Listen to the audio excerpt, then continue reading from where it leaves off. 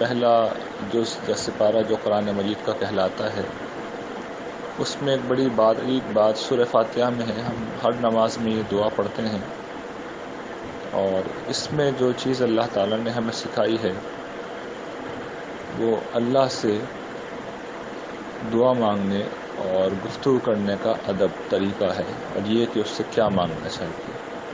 اس پہ کچھ تو روشنی میں نے اپنے اس قرآن مجید جو میں نے پڑھایا ہے، آپ اگر وہ سن رہی ہوں گی تو اس میں آپ نے سنا ہوگا. لیکن ایک اور باریک بات ہے، وہ یہ کہ جب آخر میں یہ صورت ختم ہو رہی ہے تو اللہ تعالیٰ یہ بیان کرتے ہیں، اہدنا الصراط المستقیم صراط الذین انعمت علیہم غیر المغضوب علیہم ولا الضالین.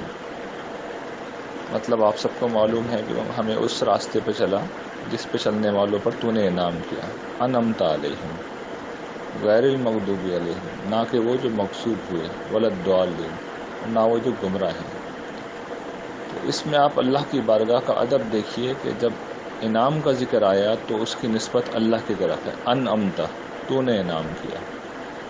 اور جب غضب اور گمراہی کا ذکر آیا ہے تو غضب تو گرچہ اللہ ہی کا ہوا ہے، لیکن یہ کہا گیا مغضوب علیہم، جن پر غضب ہوا. یہ نہیں کہا کہ کس کا غضب ہوا ہے. اور ساتھ میں بھی ولا الضالین، نہ وہ جو گمراہ ہوئے. حالانکہ قرآن دیگر جگہوں پہ کہتا ہے کہ اللہ جسے چاہتا ہے ہدایت دیتا ہے، جسے چاہتا ہے گمراہ کرتا ہے. اور غضب کے متعلق بھی قرآن بھرا ہوا ہے کہ یہود پہ اللہ کا غضب ہوا.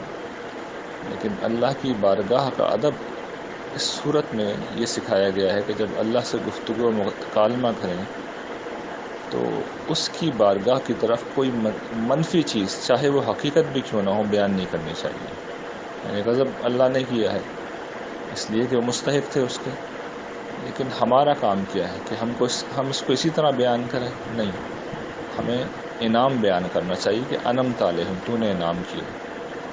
غضب کو ہمیں بیان نہیں کرنا چاہیے، نہ گمراہی کو اس طرح بیان کرنا چاہیے. تو یہ اللہ کی بارگاہ کا ادب ہے، اور یہ اللہ تعالیٰ نے سکھایا ہے.